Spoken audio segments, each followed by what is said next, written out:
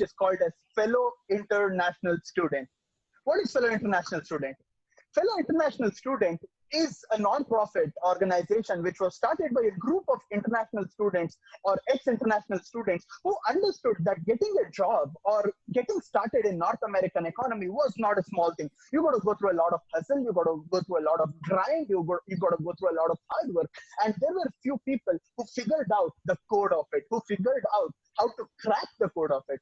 And then they started teaching other international students. In our first ever LinkedIn Meetup 1.0, we had mind-boggling numbers of 25 people. Some of you are like, was it mind-boggling? My friends group is more than 25. Yes, it was just 25 people. But what students learned from that event was so incredible that it became popular on LinkedIn. And our second event was close to 50 to 60 people. And our third event that happened before quarantine hit, it went about 200, 300 people. And we were so excited, guys. We were so excited to book a huge hall. We wanted to do it in downtown Toronto. We wanted to book a bigger hall than what a regular college would book for their graduation ceremony. But boom, coronavirus hit like a razor bullet to all of us, just like how coronavirus hit all your lives who are in your job search. And guess what? Where there is a dream, there is no reason. So many students reached out to us. Many students are like, no, we still want to learn.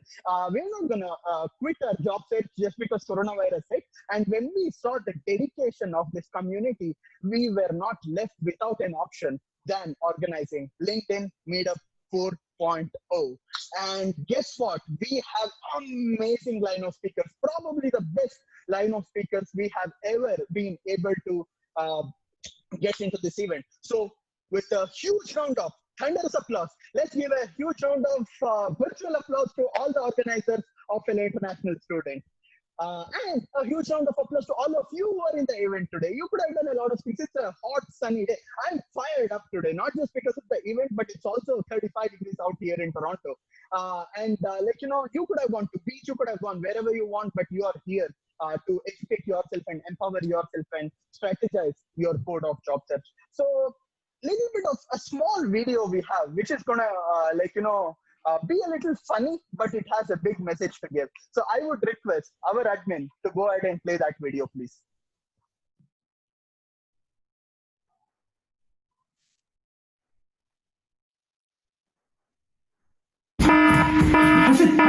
Wake up, man. What's happening, man? Is the world falling apart? No, it's a LinkedIn event. Okay. Wake up, man. Wake up, bro. We have LinkedIn What event, is bro. happening, man? Is the world falling down? No, LinkedIn event. So, it's in 1 hour. Not in 1 hour. We have Canadian Standard Time. It's at EST, 6 p.m. It's 5 p.m. CST. Let's go. Get ready, man.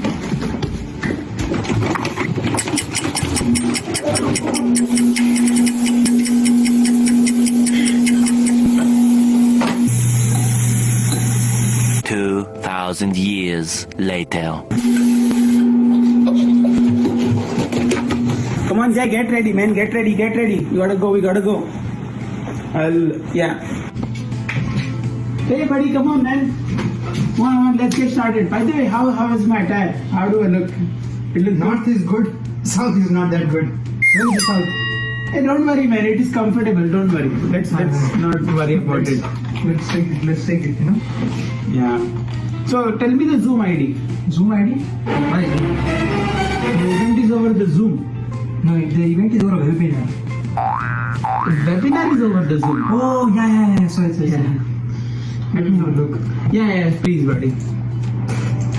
So this is my email address. How do we look on your email address to find the thing? I gave your email address while booking both the tickets. So, yeah. Why you gave my email address? It's not the right time to talk about it. Okay. Yeah. Why it is not the right time? Now you will tell me what is the right time. Buddy. Okay. I need a job. Yeah, you need a job, right? And the speakers are waiting. So, let's do it fast. Yeah, so write it down. The link is just Couple of twos. 556, couple of twos. Right. No password? No, No, you didn't ask me for the password. Man, it's a secure link because 500 people are coming, right? Yeah, but I guess they sent us a link to us, not everybody. So No, I can see the sharp people coming over there. Yeah, absolutely, man, it's gonna be fun. Let's get rolling. We are the only one who are in shorts. I think so. Hey, no, man, don't worry. See, I'm looking perfect. I'm looking sharp, so that's good. Okay. Yeah. Let me get started as well. Awesome, man.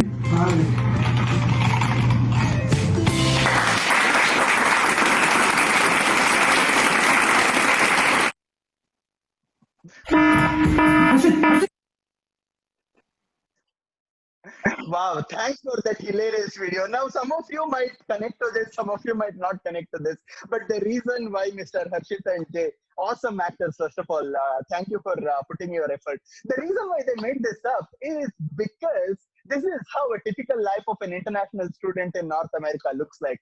When I was in India, I watched this movie which is called as Kabhi Khushi Kabhi Gum. It's an Indian movie in which Shah Rukh Khan, who is an actor, hero of that movie, came to North America in an helicopter. He came and it landed in front of a mansion. And I was like, my life is going to be the same. But guess what? My life was totally different. It was minus 30 degrees Celsius, and in one apartment, there are 5 to 10 people sharing the same place. So I know that many students right now are in the same phase.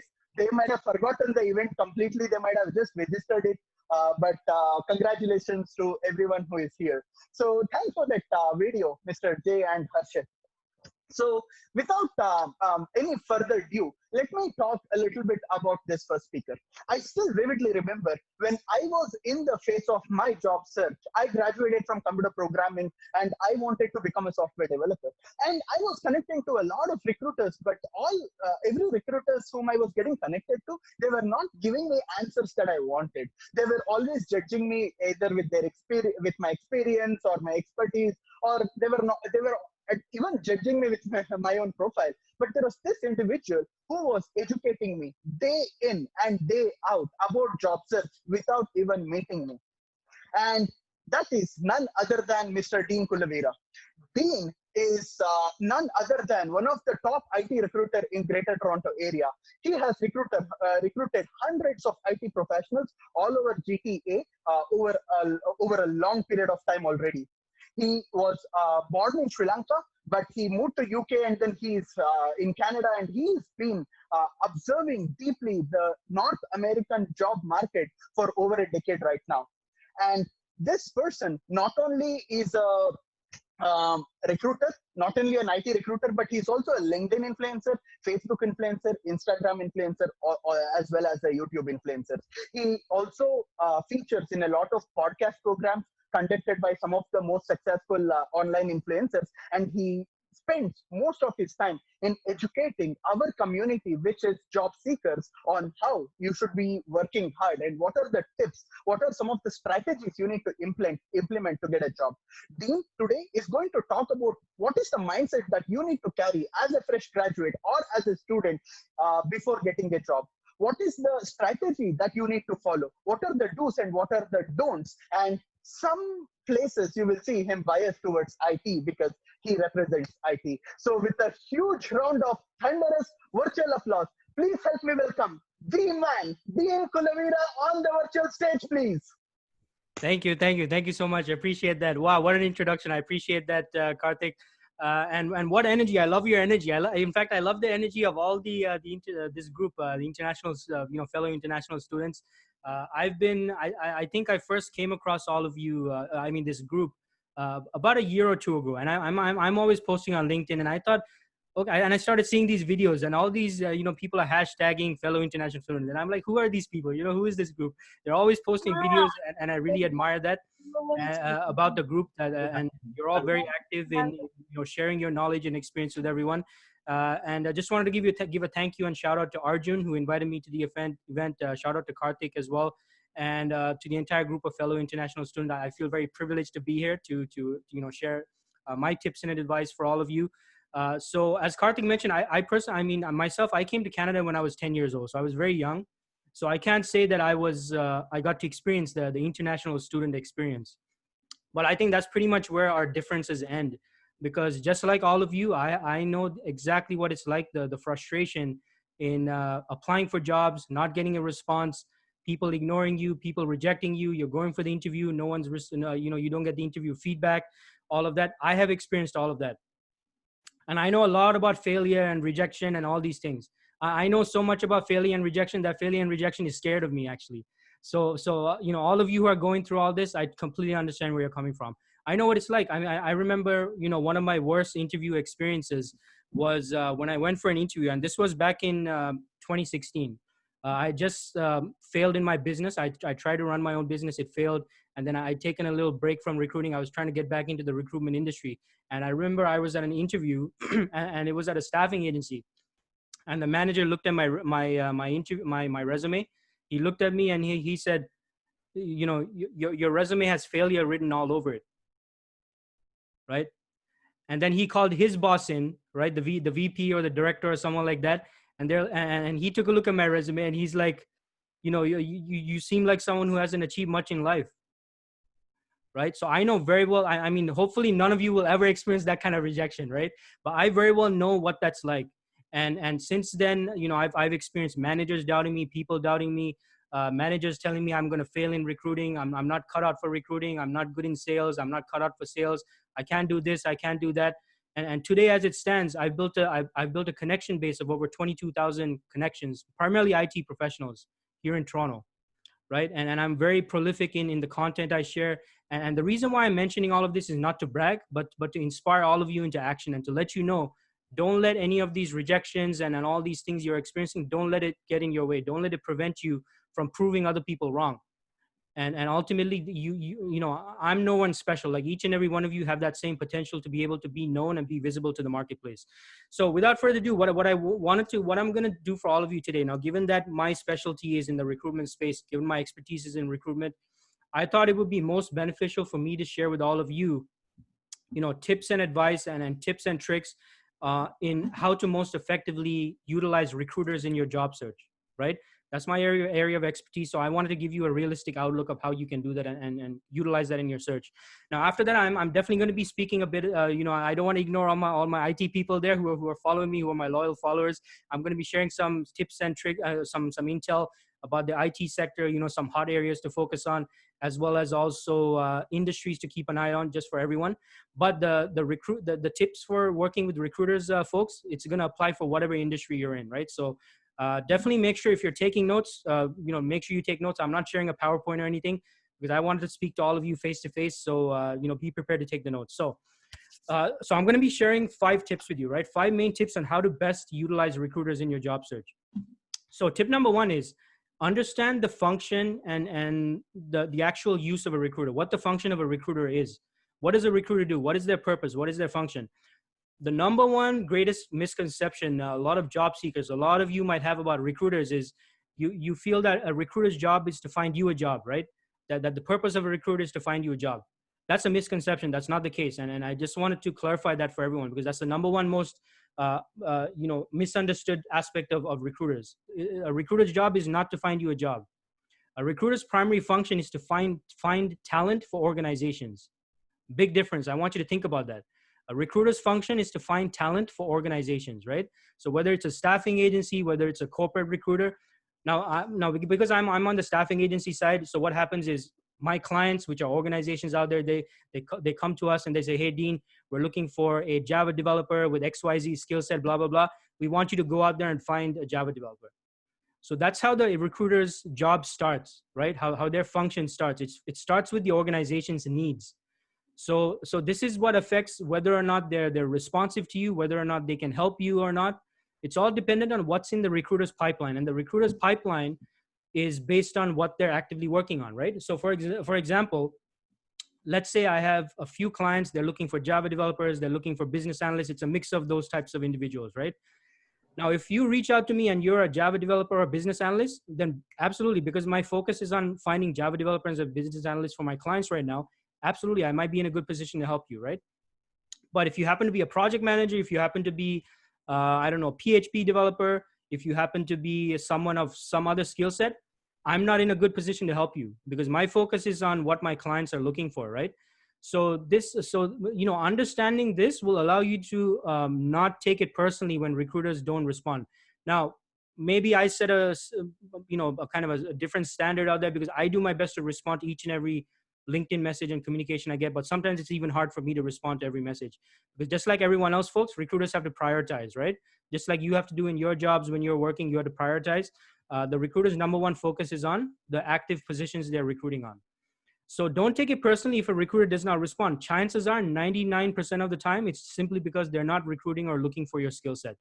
Now, that does not mean you stop talking to the recruiter. Don't let your ego get in the way. Don't get upset, right? I mean, it is definitely professional for them to respond, but if not, don't take it personally. You need to keep in touch with them and see if in the future they might be looking for someone with your skill set, right? So tip number 2 is seek recruiters. Before I move on to tip number 2, tip number 1 was understand the function of the recruiter. The recruiter's job is not to find you a job. The recruiter's job is to find the organization talent. Big difference, right? So keep that in mind. Now, tip number 2 is seek recruiters specializing in your field or your skill set. Very important. This will prevent you from chasing after the wrong recruiters. A lot of you might be chasing after recruiters who don't even recruit for your skill set, don't even, or maybe they recruit for your industry, but they don't recruit for your skill set. Example, not all IT recruiters are worth chasing, folks. This is something everyone needs to understand. For example, I don't, in my career so far, I have not extensively recruited in the SAP space, as an example. So if you're an SAP professional, it might not make sense for you to touch base with me and follow up with me every week or even every day, right? But however, if you were, say, a software developer, let's say you were a business analyst or a project manager, absolutely, I would recommend, once every 2 weeks, once a month even, definitely you should be checking back with me, because those are potential positions I recruit on pretty frequently, right? So the first thing, your first task is when you're able to get in touch with a community, with a recruiter, you get into communication with them, or even through email, or even through simply, researching their LinkedIn profile. You can see the types of roles they post. If you notice that they don't frequently post on your skill set, that's a hint they might not frequently be looking for someone with your skill set, right? Now, again, that does not mean you ignore this recruiter, because once in a blue moon, they might work on something that's related to your skill set, right? But the point here is you want to, because all of us have a finite amount of time in the day, and you want to make the most of your time. Now, if you come across a recruiter and based on what you see that they're posting about, or their LinkedIn profile that they recruit for your skill set, what does that tell you? That tells you should be giving them a higher priority versus Dean, who doesn't really recruit on my skill set that much, but maybe I'll touch base with Dean once a month because he's a nice guy. But the other recruiters should get more preference, because they recruit frequently on your skill set. So at your end, you had to prioritize, just like the recruiter prioritizes, okay, which candidates I had to communicate with. You have to prioritize which recruiters does it make sense for me to touch base and follow up with, right? So that's an extremely important tip. Tip number 3, position yourself as a valuable resource for their clients. When a lot of you, when you're messaging the recruiters, you're talking about, I'm looking for this, I'm looking for a job, I have this, I have that. That's great. That's all good. But I want you to mention specific, what's a standout achievement, or what's something special about you? What's a really good result you can help achieve for the organization? These are the things that's going to position yourself as someone who could potentially help their client. Remember point number 1, the recruiter's primary mandate is to look for talent for their clients, right?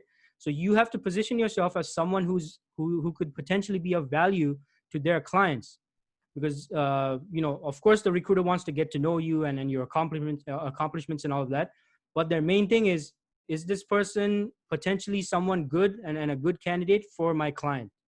Remember, that's always the number 1 thing the recruiter is thinking about, right? So that's how you have to position yourself. That's how you have to sell yourself, right, to the recruiter or whoever you're reaching out to, or when you're reaching out to them. And so you want to mention something stand out, something impressive about yourself, an achievement. If you're a student, now a lot of you are students, you might not have professional work experience, but guess what? You have academic projects that you have worked on, right? And I'm gonna get into the academic projects shortly. But you do have things you can talk about, folks. Don't say that, oh, I'm a student, I don't have any work experience. Yeah, but you've done projects at school. You've accomplished things. You've done things. You've been part of it. Working on an academic project, like we're put into teams in the school. You work on certain projects. You experience the collaboration, working in a team. Assigning responsibilities. These are all things you still experience, right? Just not in a professional setting, but that doesn't mean you cannot put that down as similar experience. So don't ignore your academic experience, but you just need to sell it. It's all about perception, how you sell yourself to others. So you need to mention that experience and connect it with what the employer is looking for, or what the recruiter is looking for, right? So and which brings me to tip number 4, right? So have a portfolio of academic qualifications you can speak about. This is, and then again, this is very important. And now I don't know if there's certain restrictions in your colleges or your universities where you can't share, your projects and stuff. I don't know. So look into that, make sure there's no issue with that. But this is great material you can use to show what you can actually do, right? Now in your field, it might depend on what are you actually able to do or not. So you have to make that judgment and that assessment. How am I going to show this project, and how am I going to show what I personally did, and how does this showing this project demonstrate what I can do for this company as well, right? So you need to be able to do that.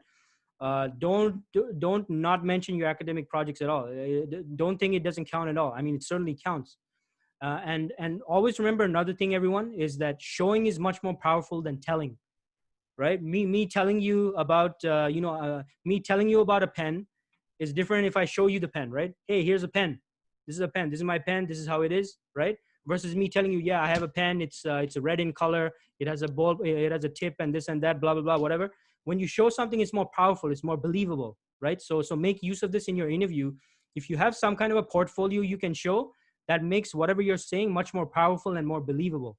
Because anyone can memorize a whole bunch of words and sentences and paragraphs and say, yeah, I did this, I did this, I did this, and I did this. It's different when you say, yeah, Mr. and Mrs. Hiring Manager, this is what I did, this is what I did. In fact, I actually bought a portfolio and a sample of my project work. May I pull that out and show it to you? Most probably they're going to say, yeah, sure, absolutely. That's when you pull out your laptop or your project, if it's in like some paper format, and show it to them, right? You got to show it. Showing is more powerful than telling. If you're taking notes, write that down. Showing is more powerful than telling, right? Remember that. That's a very important point. And don't feel shy to say to the interviewer or to the recruiter, do you mind if I pull out my laptop? I want to show you my, I want to show you my project and what I did and my involvement in this project.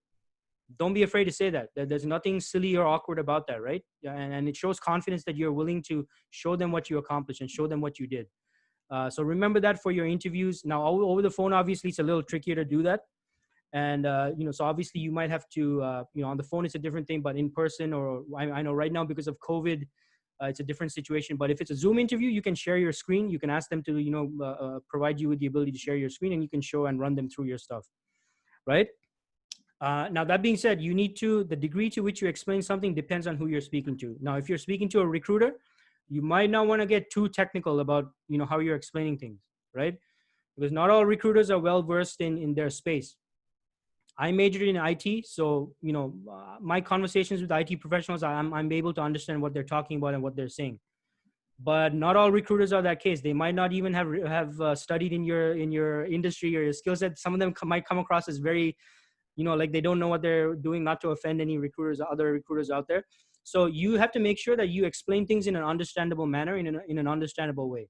Now, if your conversation is with someone who's, a technical manager or someone who is from your background, from your industry, then you can use the jargon and the terminology and this and that. I'm just checking the time to make sure, because I have a tendency to talk a lot. So I'm making sure I'm not going over the time, but you need to make sure that it's people that can understand what you're saying, right? If you use a whole bunch of key, terminology and stuff to a recruiter, the recruiter is not gonna, most people, everyone has, pride and dignity, right? They don't want to admit when they don't understand something. Most of us don't. We don't want to say, oh, what do you mean? I don't know what that is, because the other person doesn't want to feel embarrassed, right? So you have to make sure that if it's a recruiter, you're not being too technical. You're not saying things that are too complicating. Be empathetic to that, right? And understand that they might not let you know if they don't understand something. So even if you're unsure, you can always say, hey, Mr. and Mrs. Recruiter, did that make sense to you? Would you like me to clarify that for you further, or something of that sort? So anyway, my point is, make sure you cater your responses, cater your explanations to the individual you're speaking to. So if it's a recruiter, obviously, not too much technical, in-depth, hardcore, terminology and all that. Make it understandable, right? Now, tip number 5, a very important tip is, take full responsibility for follow-up. And like this goes to what I mentioned before, you're going to reach out to a lot of people, folks in your job search. Most people will not respond to you. They won't get back to you. And in most cases, it has nothing to do with you for the most part. It could simply be your message is one of like a couple of, 50, 60 messages or something. Could be your email ended up in the spam folder and they just didn't even see it. Could be that they have some crisis going on in their life. Could be they're going through, I don't know, they can't pay off their mortgage. Could be they're going through a divorce. Like, who knows what people are going through. Their mind is on so many different things. Sometimes it has nothing to do with you. So this final point, very important. You have to follow up, right? Follow up means you have to consistently keep in touch. You have to follow up with them. You have to send them another message. Remember, you're dealing with human beings.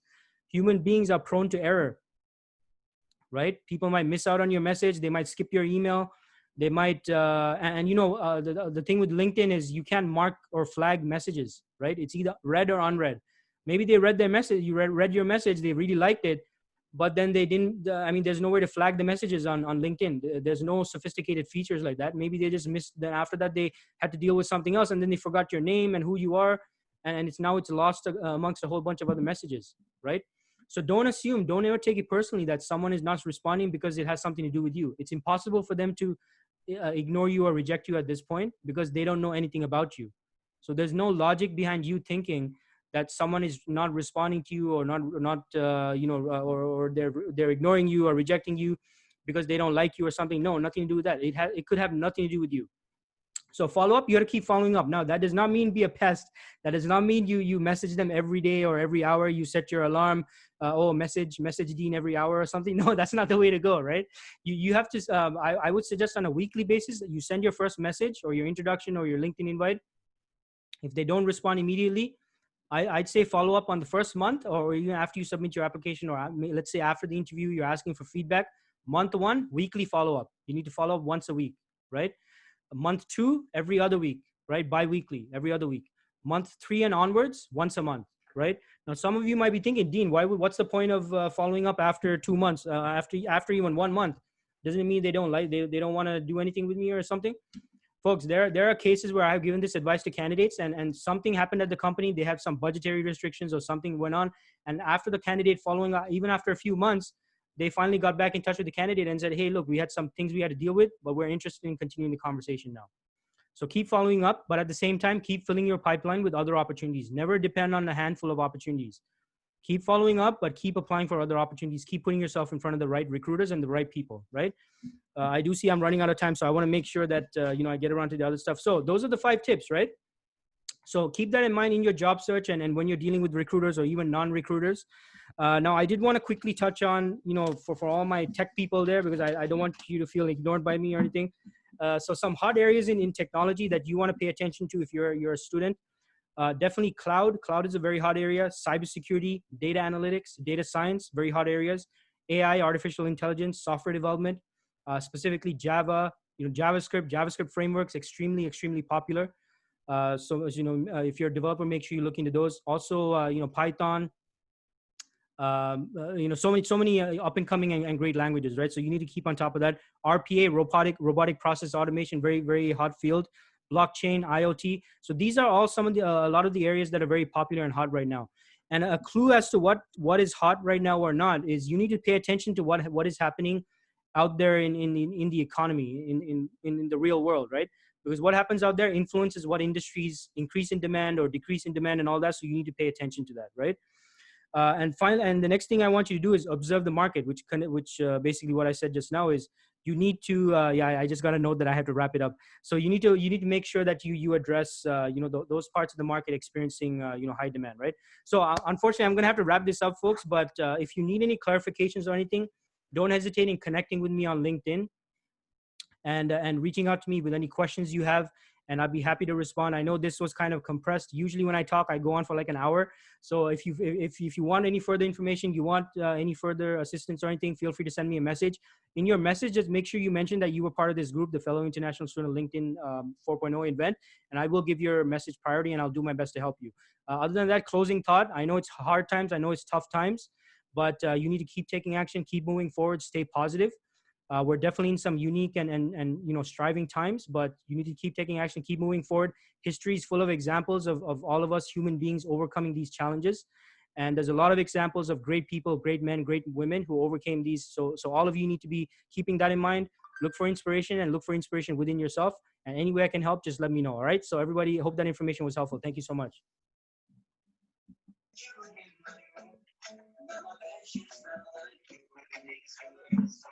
Google keep quiet, don't distract me. Dean was so good. Oh my God, Dean, thank you so much for adding so much value to this community. My I pleasure. wish and pray that this meeting was there when I was looking for jobs. I remember one recruiter said me, I like scammers, but I don't like spammers. You are Wow. spamming my inbox by asking me, do I have a job? Do you have a job? Can you help me? So, you know what, Dean? You touched upon your talk was like a bullet hitting the nail straight to the point. So thanks a lot. So before I get to the next speaker, one pro tip I would give to all other fellow international students or whoever is looking for jobs: don't let this event go by just with your notes. Also take screenshots or pictures or whatever you want, because you want to promote it once the event is done. Is it because we need promotion? No, we're not a profit organization. We don't need any promotion. Without promotion, we have like 100 people plugging into the call. You need promotion. You need connections. You need to get connected to everyone who is speaking today or who are professionals who are in this call. So make sure that you are getting connected to the right individuals by taking pictures. Every speaker who is speaking, you want to take a picture. You want to make a post on LinkedIn. We are going to talk about how you can do that, and then thank them for taking their time out away from their family, because we're not paying any money to anyone to spend their time with us today. So thanks a lot, Dean. Next, today, guys, you know what? The next speaker is actually a beast. She does not look like a beast. She is so calm and composed. I remember when we spoke for the first time about this call to her, she was so calm and excited. But in her professional success, she's a beast. Her name is Nidhi Nagori. She is in finance. She's having a financial background. She has chartered account. She was a chartered accountant in India. She also has a CPA from US. She has worked in 5+ continents and 25 countries. Yes, 25. And some of you are not even 25 years old. So what is she going to talk about today? She is going to talk about how to leverage the platform of LinkedIn to streamline your job search effectively, and how you can navigate your day-to-day activities in order to build your career up. She's probably going to touch upon how you can scale your career from point A to point B. So with a huge round of thunderous applause, please help me welcome Nidhi Nagori. Okay, you can clearly see that I'm blushing because nobody has ever praised me this much. And I really wanted to record this because I want to send it to my mother and I want to tell her that, okay, I've arrived. But thank you so much, first of all, for having me here. And thanks to everybody who's here. Huge shout out to the whole team of fellow international students. I have never seen this energy ever. I've done, I mean, I'm not going to boast, but I've done a couple of webinars and it's just been very straightforward. Come, say hello, good morning, good afternoon, hello, sir. Okay, good, say done with the talk and go home. So this is great, incredible. Thank you so much. Karthik, your energy is superlative. I really wish I was like that on Thursday after 5 p.m. My work would have been 80% more productive, 800,000% more productive.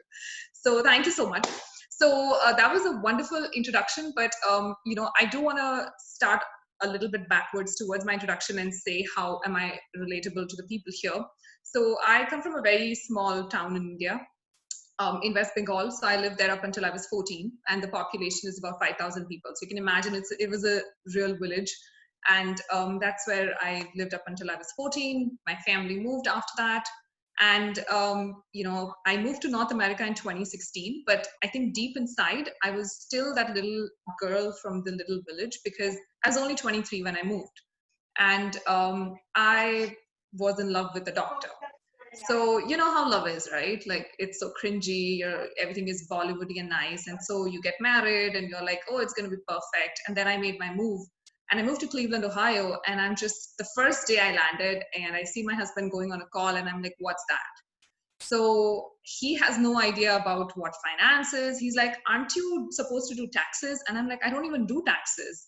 So we basically started off from there, where I moved into a country where I had no idea about, I'm being really honest, I did not even Google Cleveland up because I did not want to create any sort of expectations. So I moved to a whole new country without even knowing what it is like. And I moved with somebody who did not even know what I do or what I've studied. So that's where I started off from. And within a month, I got to know doctors of all kinds. You know, like I just knew any organ failing, I knew who to go to. But how to streamline my own career, I had no idea, because there was just nobody from finance, and literally everybody came and asked me for taxes. Even till date, like even the day before yesterday, my sister-in-law was asking me about taxes, and I was like, okay, I do audit. So for the last time, I do audit. So even till now, 4 years, it's been a struggle in terms of just making my own family understand what I do. So that's where I started off from. And of course, I had no idea. I moved to a smaller city in the US. So Cleveland is a mid-tier city. And what is different about North America is, of course, the fact that you have to have good spoken English. You need to understand the small talk. You have to have your resume a certain way. You cannot write emails the way you write in. I came from India. We were used to writing dear sir / madam without even figuring out what the gender of the person is. And we were so used to writing emails of, say, 10 lines. From there, I was not even aware of the fact that, okay, emails are supposed to be of 2 to 3 lines, attention span is of a certain seconds, etc., etc. So I was completely lost. I was struggling the first 2 months. I'm not kidding. We actually decided that we're going to see how this works. Otherwise, I'll move back to India and we'll long distance the marriage. That was really the plan. So thankfully, I found an opportunity with BDO US. It's a big 5. And that happened, and I stuck around in North America, and I'm so glad that happened. But otherwise, I'd almost given up. And what I can tell you is 4 years later, 4 years of working in North America, the only thing that I'll tell you is 1 year from now, you'll be in my position and you'll be telling someone else, hey, don't give up hope. There is hope for you. This will work out. It's just a phase. This too shall pass. Of course, even when I moved, I was young, naive, made a lot of mistakes, didn't know where the conversation started, what are the boundary of conversations, how we sort of have to North Americanize ourselves. And I'm speaking particularly for finance people. So do want to say this, that my current boss had given me a very good tip. He said, finance is a pale male game here. If you want to stand out, and for me, there are 2 things not working for me, the color of my skin and my gender. So if you want to stand out, you have to be double the good, and for your gender, you have to be 4 times the good. But you have to be all of that in a very North American way. So I started working on myself. I did everything that I could. Of course, now it's been 2.5 years with my current employer, but over 25 countries, 5 continents. If COVID hadn't happened this year, I would have at least crossed 35 or 40. So I'm going to start off with, what is it that I exactly did? And honestly, when I came in, I thought that job application is straight up, sit and apply online. I had no idea of what ATS is. And I had no idea of customizing your customizing your resume. As you can see, I've just finished off work because I'm still talking about revenue. But customizing your resume, making sure that it has things that it should have and it should not have things that it is not required. For example, like in India, we have this one line in the resume, right, where we say, I hereby declare all information is correct. So I had that. I had my passport number for some reason. I had my marital status for some reason. I had father's name, husband's name, a lot of details that just weren't needed. And so I remember this recruiter sat down with me. He actually called me to a coffee place. He figured I was completely lost because my accent is different. I definitely look different on LinkedIn in the sense that, I'm not, I don't look very American. You go to my LinkedIn profile, you can understand that I've not even studied in the US, and in US doing college there is very big, even in Canada for that matter. And for people like yourselves who studied here, you guys are already at an added advantage because you guys have done your college here. So for me, I was even, I was way behind even on those terms. And so he sat down with me and he was like, hey, this is not how we do things here. First of all, you need to stop picking up the phone and calling people just because calling is free. So, because I was like, oh, calling is free. Okay, now let's pick up the phone and call everybody that I can. Within the United States, of course, right? And coming from India, that was such a joy. Like, you had to pay per call, per second, per minute. Here, it was all free. So I was like, okay, which means I'm supposed to call. So he said, okay, that's not how we do things here. We don't call people randomly. And you don't apply for all jobs. That's the bigger tip that he gave me. Secondly, he told me, of course, clean up your resume and work on your LinkedIn. So I had a LinkedIn profile when I moved here, but I did not realize how big it is here. And I thought, okay, entry-level jobs shouldn't be through LinkedIn, right? Like entry-level jobs should be through a company's portal or Indeed or something like that. But of course, now I've had the pleasure of knowing a lot of recruiters who keep telling me that Indeed is not the right platform. They're not really looking for, at least for finance professionals, they're generally scouting talent on LinkedIn. And Big Fours and Big Eights, they generally prefer their employee referrals. Most companies prefer employee referrals, but Big Fours and Big Eights are more on that. And then they prefer people applying on the company websites. So that's what he told me. And I was like, okay. So I went home, and initially I used to spend the whole day doing job applications, literally the whole day. So much so that it worried my family because I wasn't sleeping. I was literally applying.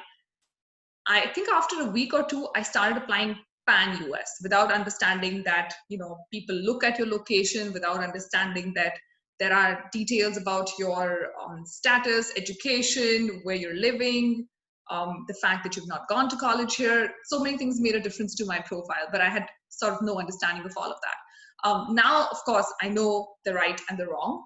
So I started working on my resume, made sure that it is customized and tailored according to the North American aspect, which is, of course, take the photo off, take unnecessary details off. I still had my 10th and 12th score on when I went to interview for my current role. And my team members who interviewed me back then, they were just curious, like, why do you have your high school scores up here? So they're like, oh, is it because you perform very well? So I said, no, we tend to have these scores up. So then I realized, okay, I'm not supposed to have, high school is not required. So now I'll probably go back to my resume. I've not looked at it. I don't think I've ever taken it off, but to them it was amusing. And they figured that, oh, this must have been she probably put it because she got some presidential award or something for it.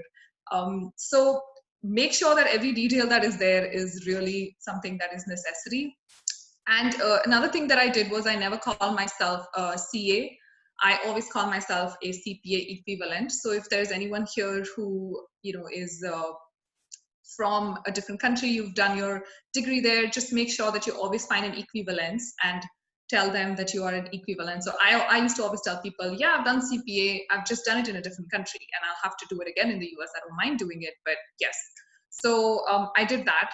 Network is really your net worth, and I cannot stress upon it. I only started building my network 18 months back. So more so because I felt the need to connect with people. I'd made a lot of mistakes, a lot of blunders, and I wanted to accumulate this information together and make sure that I'm able to help as many immigrants as I can. So building your network and targeting the audience right is very important on LinkedIn. I don't want to say that I've been in an exceptional space in that sense, but when I started off on LinkedIn, I only started off with the idea that I want to reach out to other immigrants, etc. But that sort of led me to also getting connected with other people, like recruiters, or say some business opportunities happened because there were some entrepreneurs looking for people, etc. So in terms of when you're targeting LinkedIn, what are the things to keep in mind? Well, you have to define your target audience, which is, if you are in Canada, you have to define your target audience. When I was in the US, my target audience was primarily US, but when I moved to Canada, which was last year, summer of last year, I made sure that I thought through it and I thought about how am I going to let it out into my network and how am I going to expand my network in Canada. So of course, you have to understand that, just like any other app, LinkedIn also promotes the kinds of posts you engage with. So one of the smartest things to do is two things. If you are engaging with people in Canada, make sure that you go and comment and like posts that people in Canada are writing. And two, if you want to see more job posts on your feed, just make sure that you're liking and commenting or sharing or doing any kind of engagement with a job post, which is Canada based. So LinkedIn automatically will work its algorithm because they want you to stay on the app. So they'll automatically start pushing posts like that on your feed. So that is definitely one of the coolest things that happen on the platform. Of course, it has a lot of drawbacks. Also, when you're trying to connect with recruiters, make sure that you, of course, find people, but don't just go and purposely connect. They may not always be available. There's always an option to follow them, so make sure you do that. If you are looking to apply for jobs online, always keep in mind that ATS is 90% used. I actually still keep talking to my recruiter friends and I keep asking them, when are you guys going to stop using it? But really, that is going to be used for at least some more time. So make sure that your resume is always ATS compatible, which means no tables, no crazy jargons here and there. Also, you can do that ATS match nowadays. I think a lot of people do that. So make sure some of the keywords in the job description add into your profile. Always follow recruiters, but don't sort of, like Dean probably already mentioned, don't be a pest. Don't be a spammer. So yes, don't keep annoying them. Don't just randomly, don't do what I did. Don't pick up the phone and like start calling them all the time. I actually went 2 steps ahead and text messaged them also. So I'm pretty sure that those people have blocked me in Cleveland. I'm glad I've moved out of Cleveland now. So don't do all of that. Don't go over crazy. And try to grow your network organically. It is very, you can probably, add people up 100 or 150 people. I always say this, add the normal ones, don't add the famous ones. Because the famous ones have a lot of people already either messaging them or trying to connect with them. Your request is probably going to get lost somewhere. So not because they're not nice people, but in general, they either don't have space or they are just too busy when they come on the platform anyway. So try to connect with the normal people, try to find people in your platform, in your own area, field of interest. When you are starting off, I would look for roles like teller, bookkeeper, associate, analysts. These are the kind of roles that I would look for. Be open to even contract opportunities, because really in the end, Canadian experience is very important. And Canada is big on 2 things, Canadian experience and Canadian designation. So if you're in finance, consider getting a local designation at some point. I know CPA may seem a lot of investment at this point. So what you can do is you can look at small certifications. I've personally done courses in Coursera and Udemy. So you can look up these websites. They have a lot of free courses that you can do. Because of pandemic, a lot of the other courses are also being offered for free. So make sure you make full use of it. The kind of courses that you probably want to do is, of course, things that interest you. But apart from that, also, I highly recommend learning a little bit of data analytics. If you have any kind of experience from your, back home from your home country, then just make sure that you find some tool that correlates to that. So for example, if you have SAP experience, Every Angle and Alteryx are great tools to learn and, to get hands-on experience on.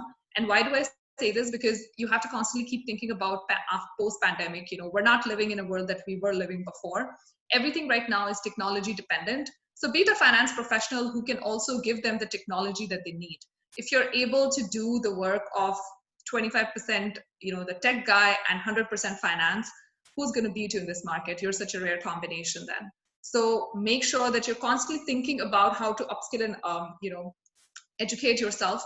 Also, if you've taken a break, it is generally difficult to justify break here in the corporate world, unfortunately. I'm not going to say it's right or wrong, but it is what it is. So if you're taking a break, then I highly recommend go in and at least complete 1 certification. Always keep looking for freelancing opportunities, volunteering opportunities for freelance. There are websites, Upwork, Olans. I'm sure you guys are well aware of that. So look for that.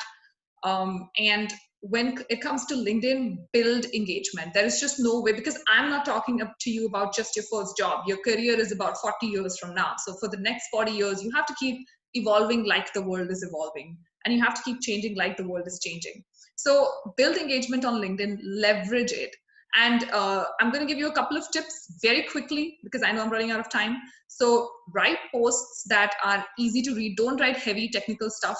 When I started off, I thought if I write technical stuff, it's going to engage a lot of people. That's not true. It doesn't happen that way. Write easy stuff, write stories, especially because that tends to get a lot more engagement, because anybody reading anywhere can engage with it. And when they engage with your post, you also leverage their network. So make sure that you're constantly looking at creating good content. I'm not saying that you have to post every day. And if you're not comfortable posting straight up, that's fine too. Make sure you comment. People who comment regularly on my posts, I know them by name and I've spoken to them a couple of times. So if they were ever to message me, I'm definitely going to help them. And make sure that you are reaching out to the recruiters, not annoying them, connecting with them or following them, sending them a nice email of just 2-3 lines. Don't go too crazy even with that. And of course, if you're looking for, entry-level roles, always look for the big organizations. I would recommend going on their career website, seeing if you find something, and then maybe finding people in your network. So one of the things that I did was, one, I went to Google Maps and I figured companies around me that were closer to me. And I went and, dropped off my resume personally. And that's how my first job actually happened. But I know that's not possible in the pandemic era that we're living in. So find people in different companies, make a target list of employers, find people in those companies, people who are already employed, connect with them, and then ask them for referrals. But of course, don't ask, the first question cannot be a referral, but make sure that you're constantly building your network and building it very organically and spreading it over. Make sure you try to add people from all different kind of employers, so that you're keeping your apples in different baskets.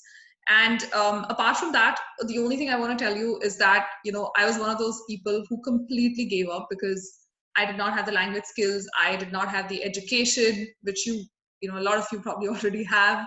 I did my CPA 1 month before I left the US. So I did none of it. And even then, I can tell you that this is going to be worth it, because really things work out for everybody. It's just a different journey. Things work out. The only thing that you cannot do is you cannot sit and procrastinate, which I did a lot. Get on your toes, get working right now. And LinkedIn is a huge platform. It has a lot of potential. You just have to use it right. So I hope that helped. I know I had a lot of thoughts and I sort of put them all over. So I hope that helped. And yep, wishing you guys all the best. Unfortunately, my connection limit is up, but if you can send me an email or something on LinkedIn, I'm more than happy to help you. And yep, thank you so much. And of course, lastly, Kiran, Arjun, and Karthik, oh my God, what an energy. Thank you so much.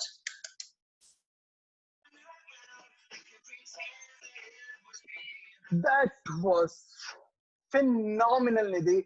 Thanks a lot for all your tips and tricks. You know what? You saved so many international students' lives today by telling all the mistakes that you did. Because, when I was Karthik, looking for. Hello? Yeah? All good? Okay, perfect. Sorry, I heard someone calling my name. But you know what? I still remember when I was looking for my job, I actually wasn't able to understand some of the do's and don'ts. And like always, people do don'ts more than do's, right? And I did the same. I spammed a lot of things. But you know what, Nidhi? You're a true living example of, this quote, which is, dream is not the one that you see in sleep. That is the one that will not let you sleep. It's not about... changing the face can change nothing, but facing the change can change everything. So your transformation that you've had so far, and the person you become through it is something that is really inspirational. And I'm sure a lot of people can connect to it and learn from it. No wonder you have 40,000 plus followers on all social networking platforms. I hope every one of you took screenshots or small video snippets or whatever to go and post this and shout out to all these wonderful speakers on LinkedIn. Second thing, guys, make sure that your video is on. There is a reason why Zoom is called as a video conference call. So do what Zoom recommends you to do. Just even in job search, you need to do everything that is recommended. Now, I'm going to invite a speaker who is extremely special. The reason why this speaker is so special is because have you guys ever heard of this thing, which is when you come to North America, you cannot really stick on to one career. You got to go with the flow. With the amount of competition that it is offering, the biggest opportunity you see, you should be able to go and get it. And I still remember meeting Shirin for the first time. And I still remember looking at one of the Facebook posts. I'm from Bangalore, India, and I had seen Shirin as a lead artist in a dance show, and she was a lead dancer. And I thought that, okay, I think Shirin is a dancer. I think she's an actress. And then I realized that she's a master's in biochemistry. And when I met her in Canada, I ended up looking her as a supply chain professional in one of the biggest toy company in North America. And when I asked her, Shirin, how do you do it? How are you talented in so many aspects that you're able to pick on every single opportunity that you're getting? And then some of the things that I heard from her was simply incredible. Shirin today is going to talk about how you can streamline your job search and navigate through the process of job search to perform well as progress in the career of supply chain. So with a huge round of thunderous applause, please help me welcome Shirin on this virtual stage, please.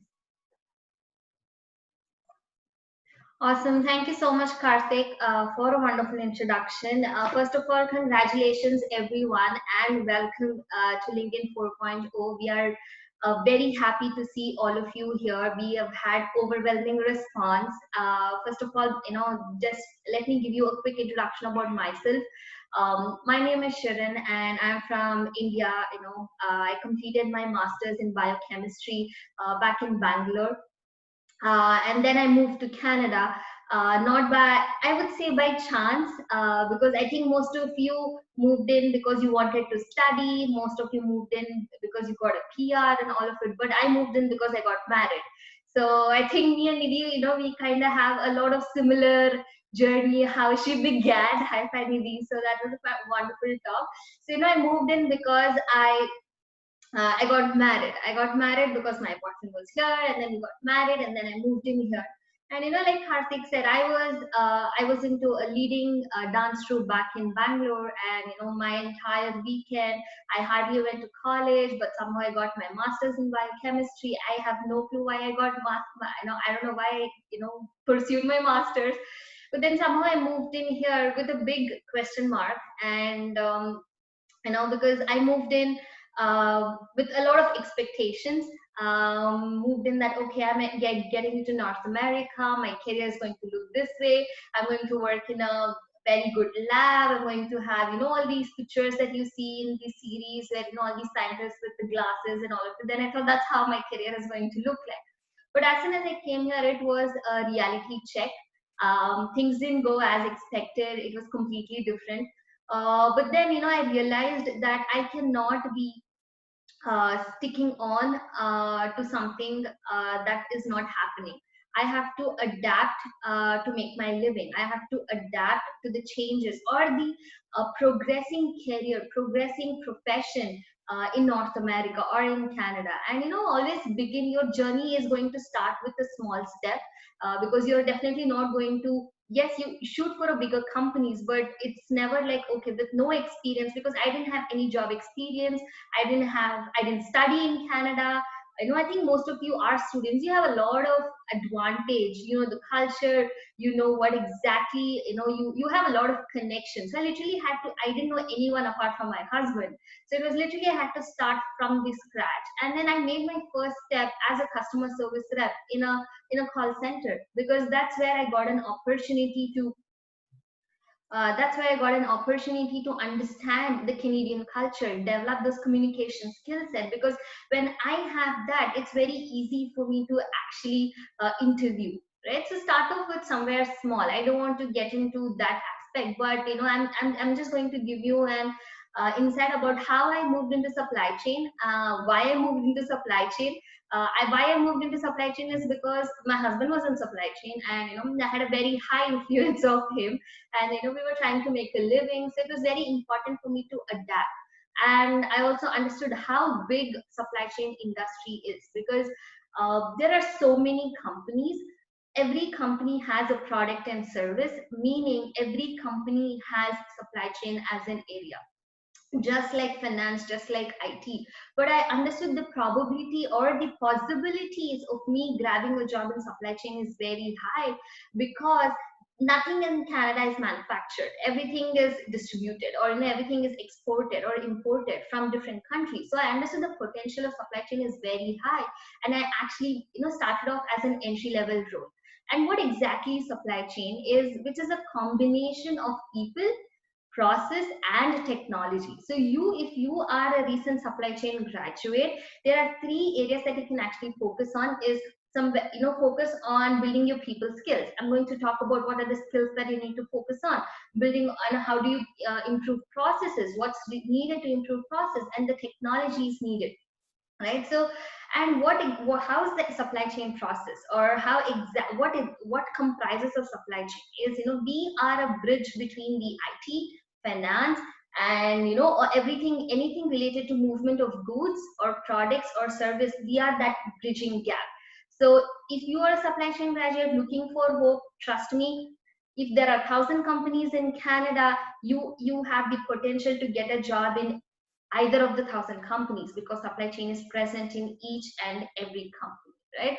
So if what are the kind of roles that you need to look for? I mean, a teen spoke about how to get a job, and maybe spoke about how to make, what not to do in a resume, what to do, have a good resume, and how to leverage LinkedIn to get a job search. But I want to talk about what are the titles that you need to focus on, because I interact with so many students, but it's unfortunate that the colleges don't actually tell you what kind of roles that you need to look for as you graduate. And that's exactly what I want to bridge today. So if you are a beginner with no experience, which I think most of you will be, because you need to have it, you need to get a job to get some experience. So that's the irony part. So if you want to start off having some supply chain experience, I would recommend start off entering a retail store, where you can start working as a cashier, or maybe you start working in a food chain where you actually look into maintain inventory, or maybe you get customer service.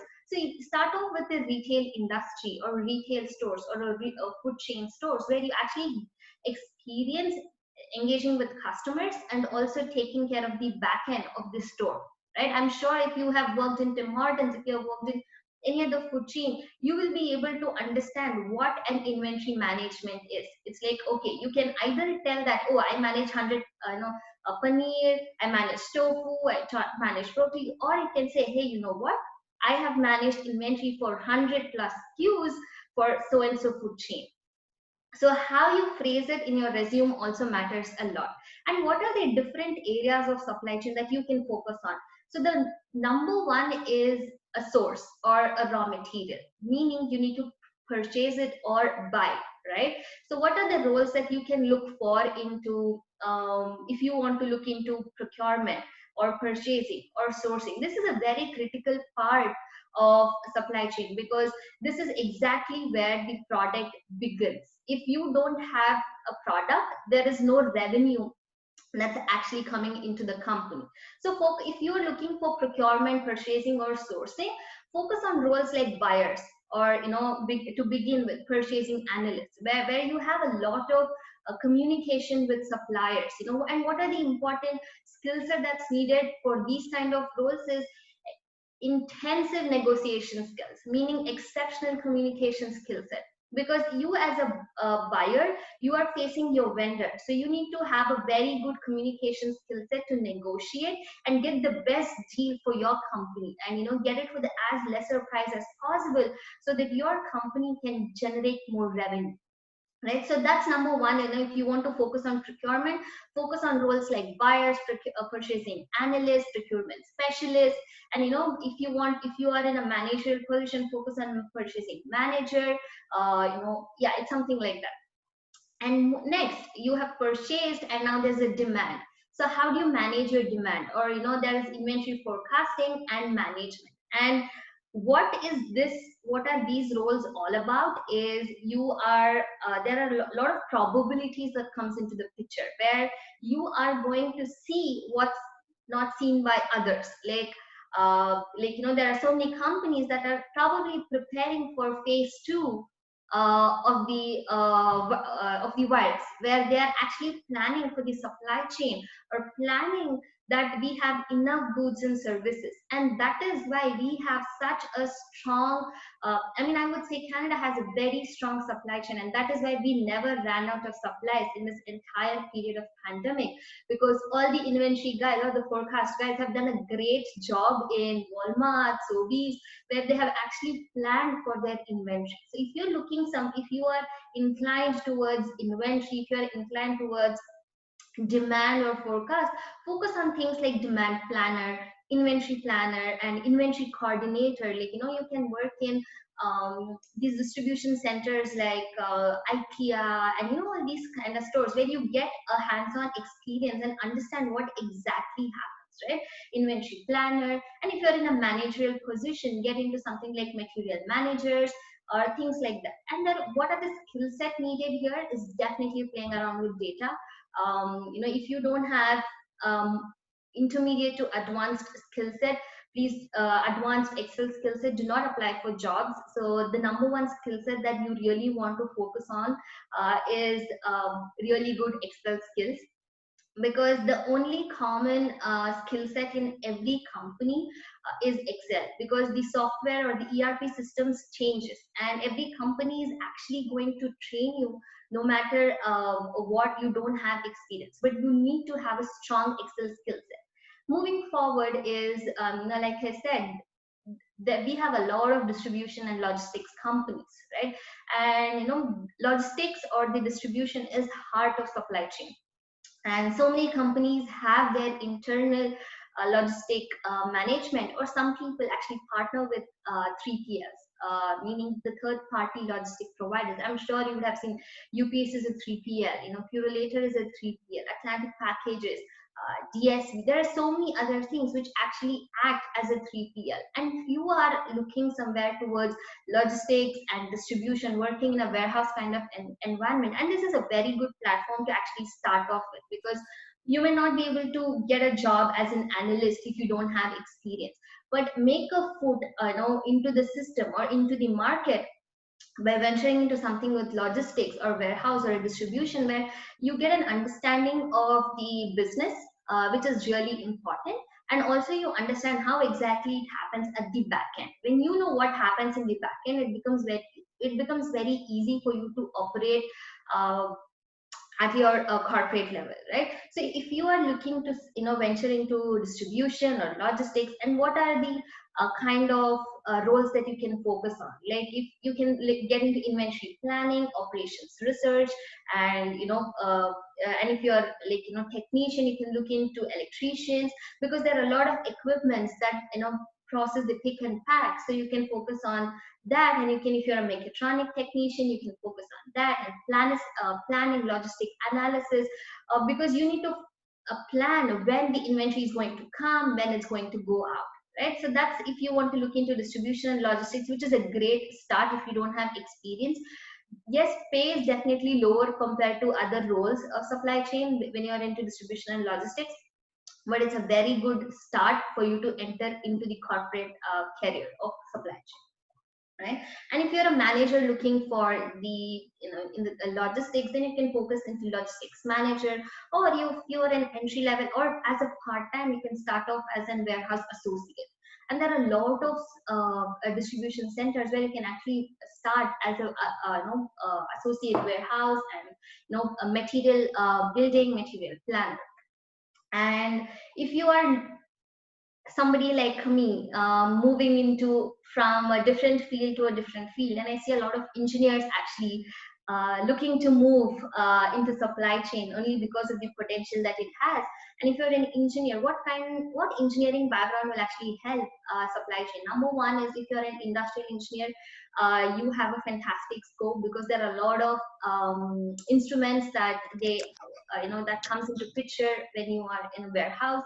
And if you're a mechanical or an electrical engineer, then there are a lot of automated systems that needs in picking and packing, because we know Amazon has a lot of automated, the Amazon warehouse in Toronto has a lot of automated systems. So that is an opportunity where you can actually plug in. And if you are looking into packaging, because packaging is an art, and packaging is an art, and you can actually look into packaging engineering. And if you're obviously into IT, you can, if you're looking for software, then it's computer science, right? And what are the, I'm just done with a couple of things and we are done. And what are the soft skills that is required? Because in no interview, they actually give you a laptop and ask you to analyze data, and there's no technical test.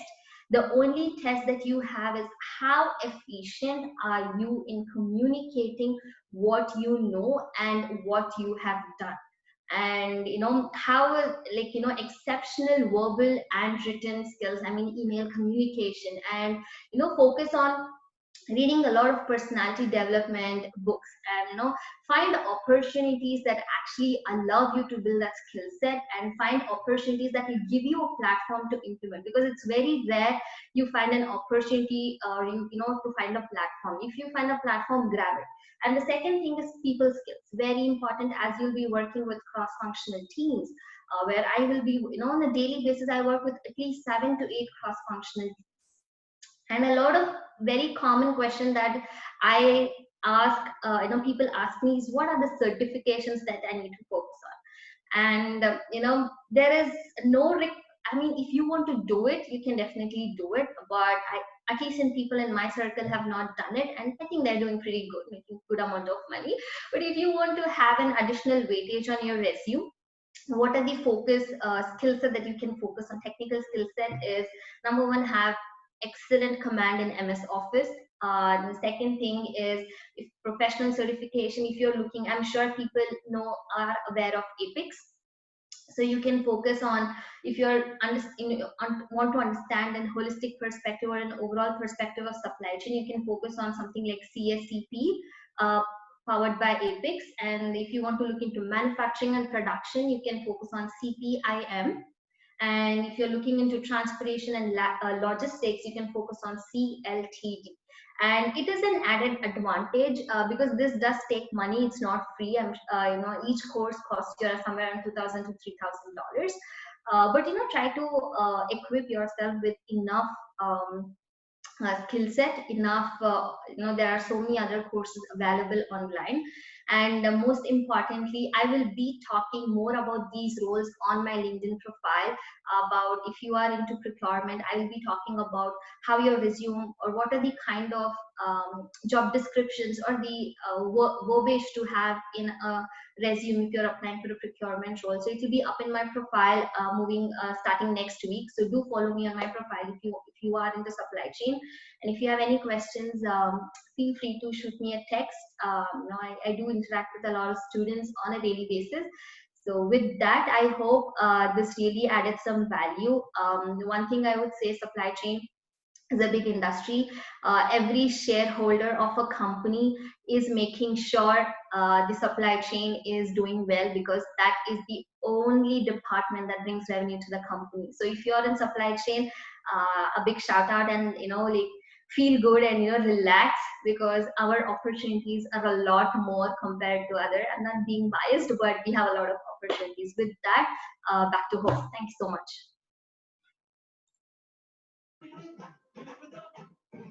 Wow. This is what an event. Oh my God. I'm not able to keep my voice down because I'm so fired up, guys. This is phenomenal. You can see me sweating. I'm fired up. Why? Because the amount of information that is being given here is incredibly more. And if you're a student and if you're applying all of this right now on a day-to-day basis, you are doing the right thing. Thank you, Sharon. You proved us on why, this quote, which is talent is inherited, but skill set is learned. You are someone who's developed both talents as well as skill sets and used it to get a very good career. So you know what, guys? One of the things that I learned as I was in my job search, I still remember when I was in my previous company, when I was a fresh student, I was a web developer, and I hardly knew HTML and CSS. That's all is what I knew. And I kind of had developed one web page that kind of looked good.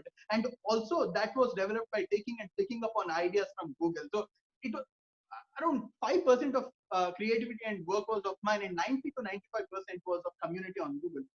But I was able to kind of show and portray what was done in a job fair, and got my first job.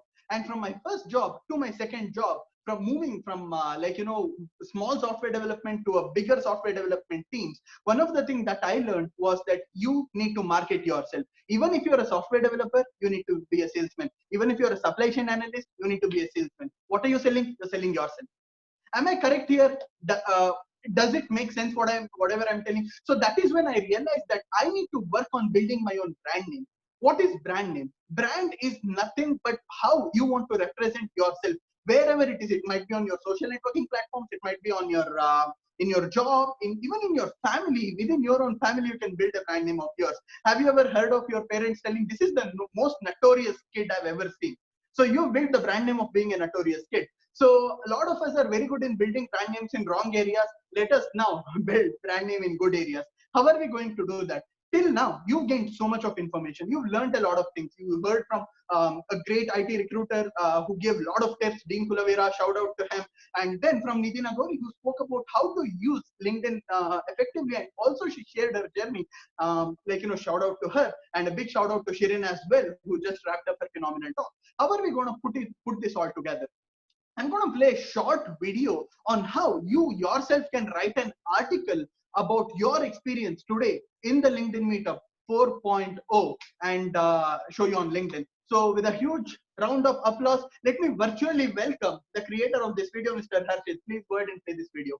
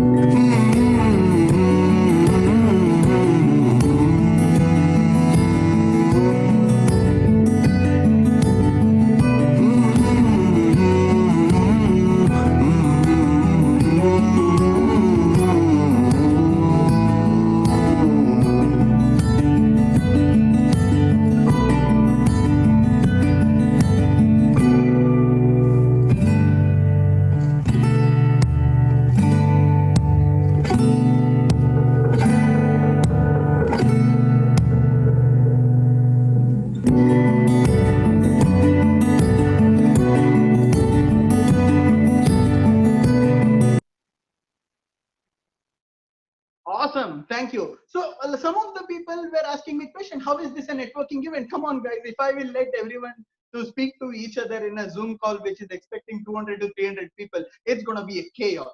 And that is why I got a couple of requests as we were doing the event, and I got a couple of questions as well. You know what? Stay tuned. Don't think that we are not hearing you. You're being heard. How are you going to shout out and ask the questions that you have by writing this post that I'm talking about, by connecting to the individuals, or just hashtagging them? Go hashtag fellow international student. It's not fellow international students, fellows international student, or whatever it is, fellow international student, because hashtag is the king in LinkedIn. So if you do the right hashtag, you get connected to the right network, which has 20, 30,000 people of followers.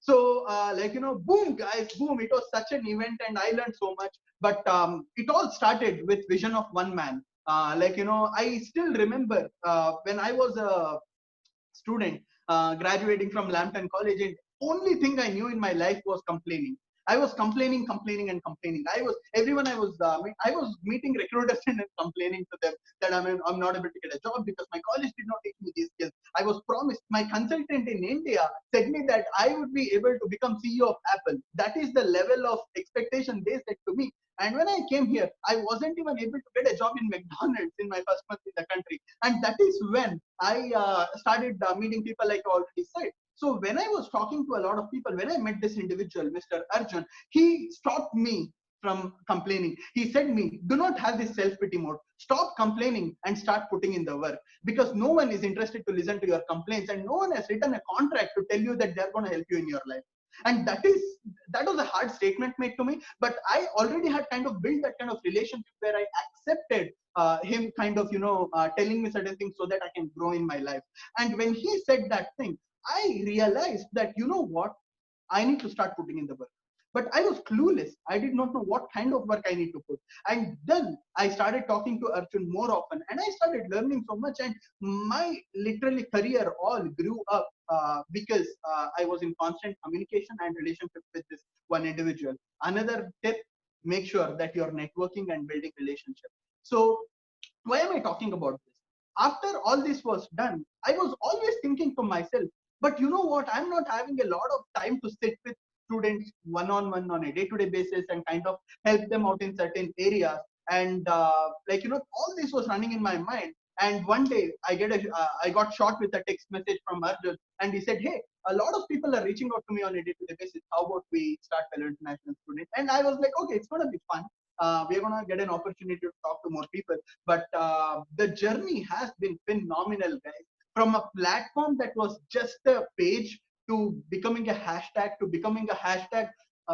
that all international students follow, and many colleges, many companies reach out to us on a day-to-day basis because they are looking for some candidates, and they know that in our pool we have a good amount of talented people. So it's not easy for someone to do this, but Arjun had a dream to help other international students out, and he came out of his comfort zone to do this. Even this Zoom, which can accommodate 500 people, is a paid platform. Everything was a paid platform, but he came out with an event that is free of cost to international students because he understood that adding value to international students can change so much. So I think I'm done enough bragging about Arjun, because no matter how much I talk about him, I can't really stop, because the amount of help that he has offered to me and many other international students is incredible.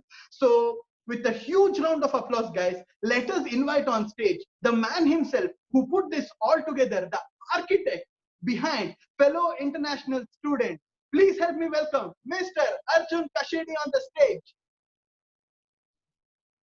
Awesome. Karthik, can you hear me? Yes, Arjun, perfect. Awesome. What a phenomenal event, guys. Like, I'm so excited. I'm literally getting goosebumps. You can see my hair. You can understand how much of goosebumps I have. First of all, thank you very much for Dean, Nidhi, and Shirin for adding tons of value. And I'm damn sure that many lives have been impacted right after this event. Trust me, guys. There's a lot of things happening outside, but there are not a lot of people who want to really help you out, and so on and so forth. And we heard enough, and we seen enough, and we thought, let's pull it off. Let's make sure that let's bring everybody. And I want to really congratulate each and everybody who's sitting in the call right now. You guys are the best. I will tell you one thing. We had 500 people registered for the event, and we landed up having 200 people coming to the event. Initially, we thought of keeping it paid, because not to make money, to keep that accountability. Because when you pay for something, you'll come on time. You'll make sure that you will take advantage of it. Something comes for free, we tend to take it for granted, and that is one of the reasons why we wanted to keep it paid. But however, we decided to keep it free. Can you imagine, guys? Free webinar. You can sit down from your comfort of your home. Nobody cares what you're wearing, bottom down. You just watch it like a movie. But people don't have patience. People don't have that accountability. People don't have that eagerness to learn and educate and implement. That is why they don't get the results what they're looking for.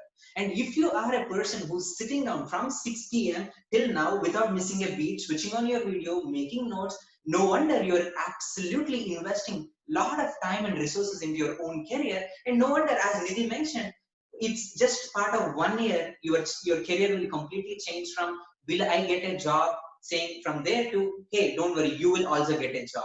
And it all ties up to one thing called delayed gratification. If you delay your instant gratifications, like right now, you had a choice to come to this event versus going to downtown and enjoy with your buddies in a beach versus coming to this event, you choose the right thing. And that's why you got so much of energy, so much of content, so much of information. And I'm damn sure that whatever you learn today, it is so easy for you to apply step by step from tomorrow. My objective is very simple, guys. I came as an international student almost 5 years back with 2 suitcases, and many of you guys can understand what I'm talking about. 2 suitcases. That's the only thing what you can get, and 1 suitcase full of clothes and another suitcase full of masalas and pickles and the spices and so on and so forth. I came to Canada without knowing anything. I wrote IELTS for 4 times to come to Canada because my English was so poor. But however, I had to go through my own struggles and own journey. I got my first job in Pizza, and I got so excited because the guy told, hey Arjun, you want to be a cashier? And I was like, man, fired up, I'm going to be a cashier. And I go there, and the very first day, he made me clean washroom with empty hands. He gave me just a couple of gloves, but still he made me clean washroom. That was a big shocker for me from the reality versus expectation. I imagined myself coming in downtown with a lot of girls around me, and I'm going to have so much of fun and so on and so forth. But it was not at all the same what I thought. So I had to come to that reality. I worked in call centers. I worked as a security guard. I did everything. I worked in factories. I did everything what an international student can do. And I had to climb up from there. And initially it was very hard. And I literally got into Seneca Supply Chain Management program, not knowing how tough it is. And I got grilled left, right, center because that program was so tough. Assignments, plagiarism, group assignments, presentations, this, that. I was literally, man, every single week I used to do 4 to 5 tests, 3 to 4 assignments, projects.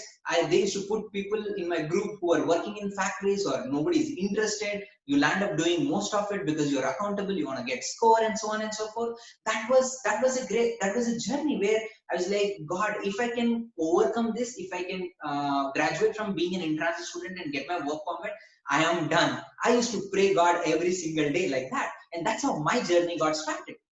But however, I will tell you one thing, guys. Today, my objective is to make you realize how does an international student or a new immigrant journey looks like.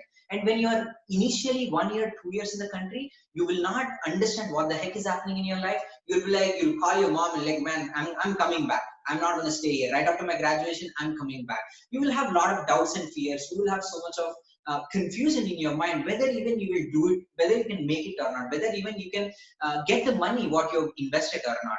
And I'm going to share how exactly I transitioned myself from $14 per hour from 150K per year as a family income in just 2 to 3 years. And I will tell you how that income changed from $14 per hour to 150K per year as a family income. And there was a journey, and I'm going to tell you exactly what I did to reach there. And I'm damn sure that it's going to add value for you so that you can implement those things right away.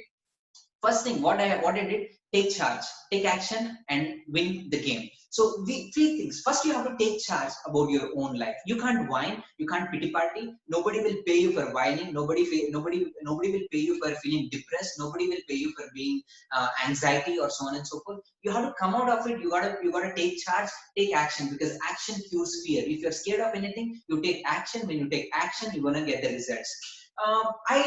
The moment I decided, Arjun, you can't really live a mediocre life because you paid a lot of money, there are a lot of expectations on you, your parents are counting on you, your family is counting on you, so many other people are counting on you, your mentors are counting on you. You got to take charge and take action. And I took some changes in my life which really helped me to gain those daily wins, because the game is in the daily work ethic. The devil is in the daily wins. If you can get those small daily wins, it'll give you a big momentum and it'll give you a bigger result. The first thing what I did is I removed the time bomb mentality from my pocket. What is time bomb mentality? It is very important, guys. International students or new immigrants has this time bomb mentality. That means, oh, I'm 6 months in the country, I've not achieved anything. Oh, I'm 1 year in the country, I've not even completed my program. Oh, I'm 2 years in the country, I've not done any savings in my bank account. Oh, my friend is growing in his career, my friend is growing in his business, my friend is growing in this and that. And you're constantly comparing yourself day by day without taking action, and you're kind of demotivating yourself, because if you tell yourself that I'm gonna do something and you don't do it, your confidence hit. It's very important. When you tell that, oh, I'm gonna do my resume today and I'm sleeping over and I'm watching a movie and did not do a resume, tomorrow my work piled up, I need to prepare for an interview and then resume, so my confidence is reducing. So it is very important that you remove the time bomb mentality. And it's okay, because you're doing 2-year program, you're going to get 3 years of work permit, you have 5 years of amazing time in Canada. You can figure it out. Nobody's putting a gun on your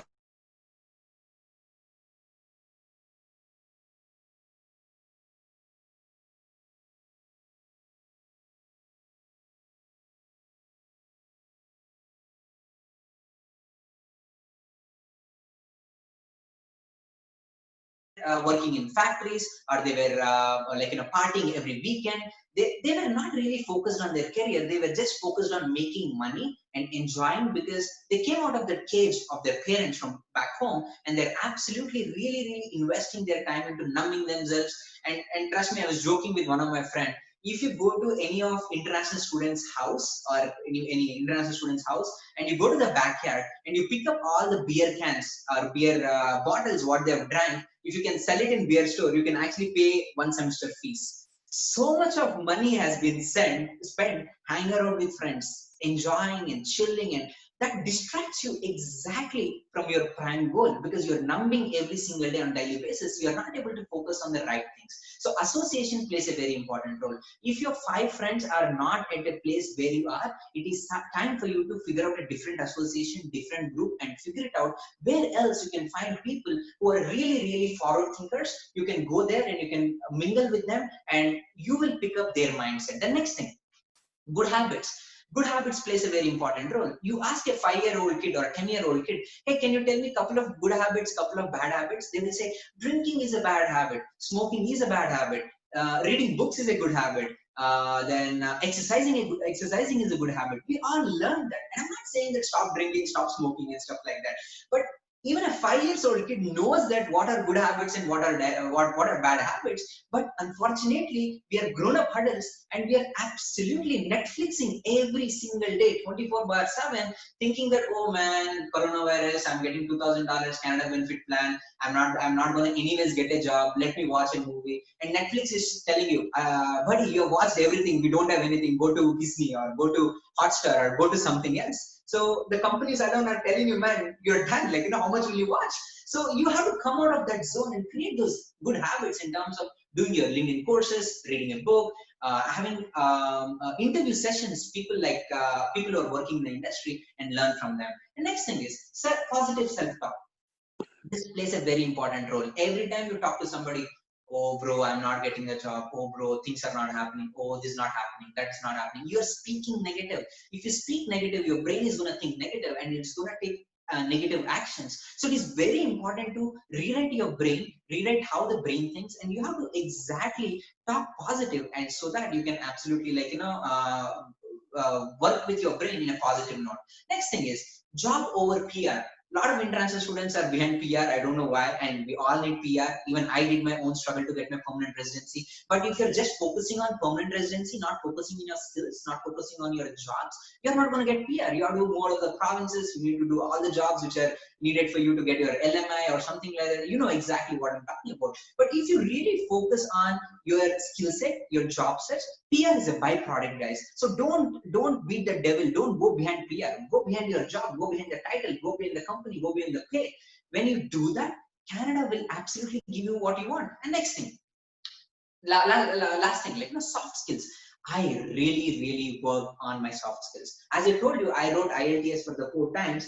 It was not at all easy for me to get what I want in my life. So I had to really build up on my public speaking, my team building, my positive thinking, my so on and so forth, communications, written, oral, all of it. I had to constantly work on everyday basis, which gave me so much of energy, so much of confidence. So I was able to put myself together in front of any number of people. As I told you, from nowhere, working as an associate in Pizza to today, to talk in front of 200 people, this daily wins gave me so much of confidence. And you have the same thing. And I'll tell you one thing. Everybody will get their own time. Remember this. Everybody will get their own time. The time might not be today for you, but hold on. Don't quit the game. If you quit the game, you're out of the game. But if you're in the game, you're going to win one day. Second thing, a lot of people crib that, Arjun, I don't have a platform. I have the potential, I have the skill set. I don't have a platform. Bro, if you don't have a platform, create a platform. Nobody's stopping you from creating a platform. The digital transformation has been taken so much growth. You can be your own hero. You can do everything, anything what you want. So you don't have to ask for somebody to give you a chance. You can create your own platform. You can become your own hero. Next thing. Last but not least, guys, I want to talk about the power of international students. Government loves us.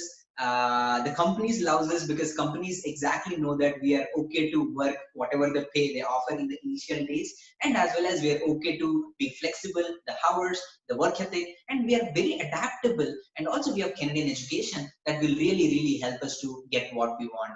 And last but in the 2019 and 20, international students contributed $21 billion worth of revenue to Canada. And we are one of the biggest taxpayers in Canada, guys. So understand the privilege, and you are adding so much of value to this country. So don't think that you're no one. You are absolutely someone. You are doing good things. And actively right now we have close to 800,000 active international students all around Canada. That's a big number, guys. It's a big community, and that's why what I want to do is I want to unite this entire community to one thing. We want to grow together.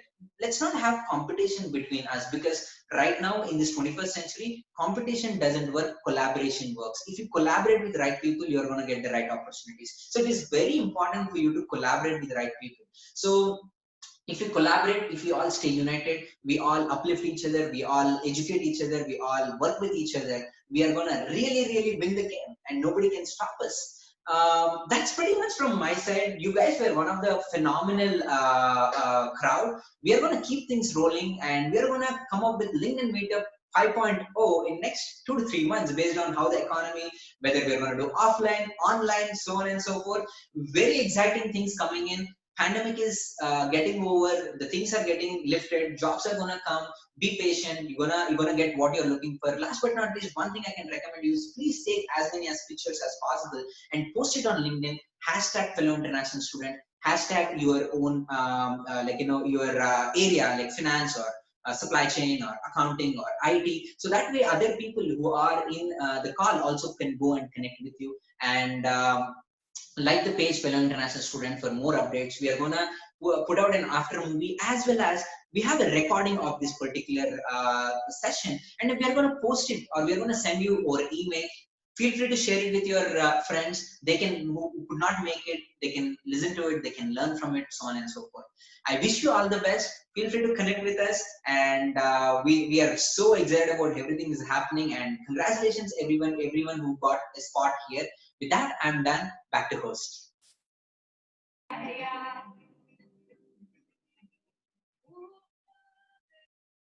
Wow, I'm so emotional right now.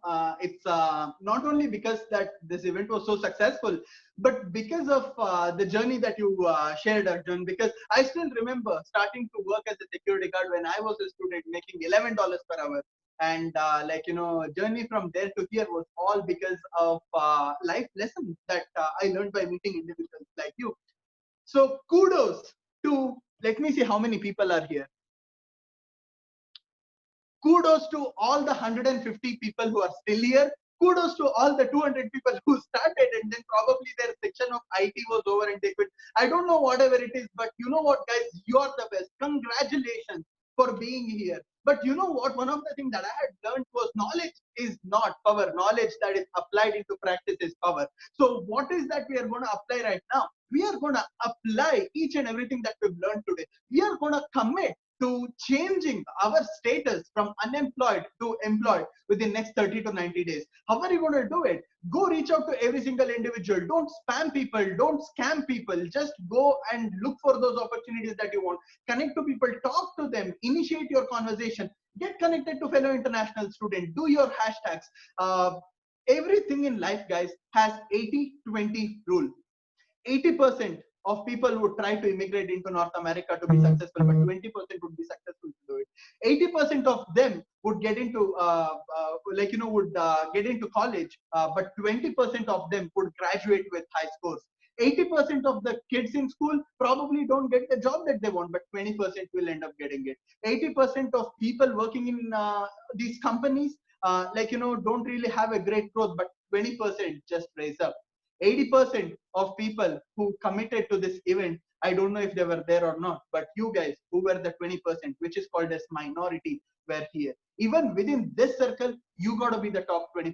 Hell no, you got to be top 5%. You got to be the top 5%. Go do your post. Go one step out of your comfort zone. Do a video and thank to all these phenomenal speakers. I wanted to take a quick minute or two to thank all the speakers who were here today. First of all, Dean, thanks for sharing all the thoughts and nuggets. Thanks for sharing what a recruiter goes through. I still remember talking to a lot of recruiters and then feeling bad that they were not replying back to me and cursing on companies and recruiters because they were not providing me an opportunity. But I realized what is their mindset. So you gave what you think to all these students. So now these students understand what recruiters go through. So they work according to their mindset so they can get connected.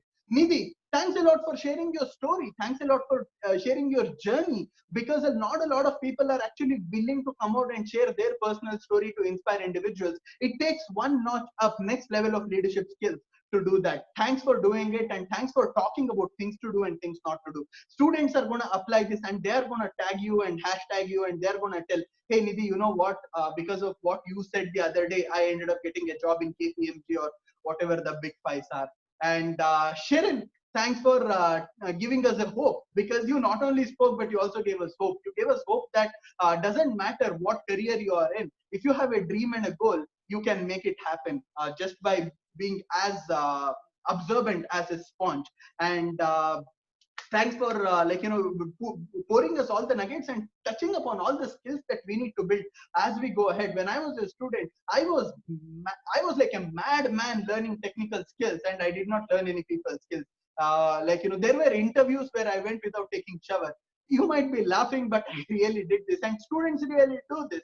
So thanks for telling us what to do and what not to do. And most importantly, Arjun, you know what? Like I mentioned earlier, I can't talk enough about you.